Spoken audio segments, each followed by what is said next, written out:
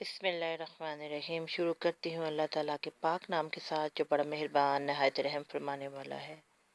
رسول اللہ صلی اللہ علیہ وآلہ وسلم سردی میں جلدی نماز پڑھتے۔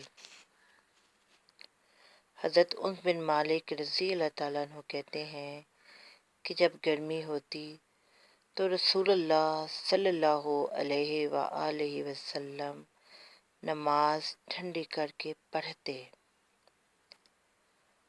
اور جب جاڑا ہوتا تو جلدی پڑھتے، یعنی جب سردی ہوتی تو جلدی پڑھتے۔ رسول صلی اللہ علیہ وآلہ وسلم جب گرمی ہوتی تو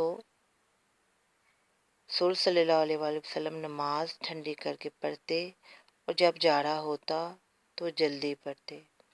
اللہ تعالیٰ عمل کرنے کی توفیق عطا فرمائے۔